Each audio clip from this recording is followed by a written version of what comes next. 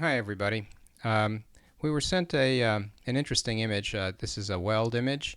The weld image has V shapes to it, and we noticed there are some defects, some red areas over in here and in here. And we noticed a generally consistent hue background, so we decided to use a color-based edge detector using a Mehrota and Zhang algorithm published in 1996 in computer vision and image processing. I implemented this algorithm and then proceeded to try it. For color edge detection, it seemed to work reasonably well, finding the defects in the center of the weld, which we can see are clearly in evidence in here and in there. We also see some defects in the weld over in here and some discolorations here, which are clearly mirrored out and over here and over in there. Using a different weld, one that's far more defective, I think, we see major defects here, in there, on the right end, and perhaps on the left end over in here. Outlining that with an edge detection mask,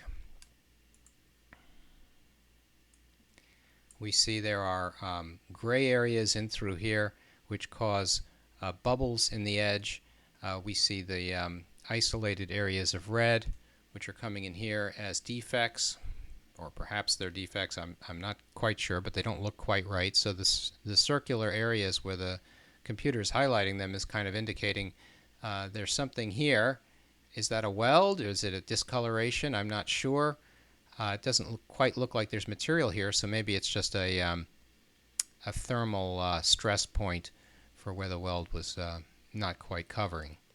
A lot of splatter in the background there, and it was difficult to know what to do with the hazy information that's apparent in the background over in here. This hazy information kind of looks like maybe some weld speckle. Not quite sure what that is. Some overspray from the process.